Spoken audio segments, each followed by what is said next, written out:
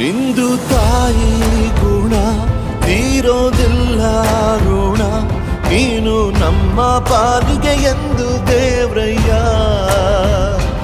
ತಾನು ನೋವಾ ನುಂಗಿ ಜೀವ ನೀಡೋ ಮಗ, ನಿನ್ನ ಪಡ್ಕೊಂಡಿದ್ದೆ ಪುಣ್ಯ ಗಣಯ್ಯ.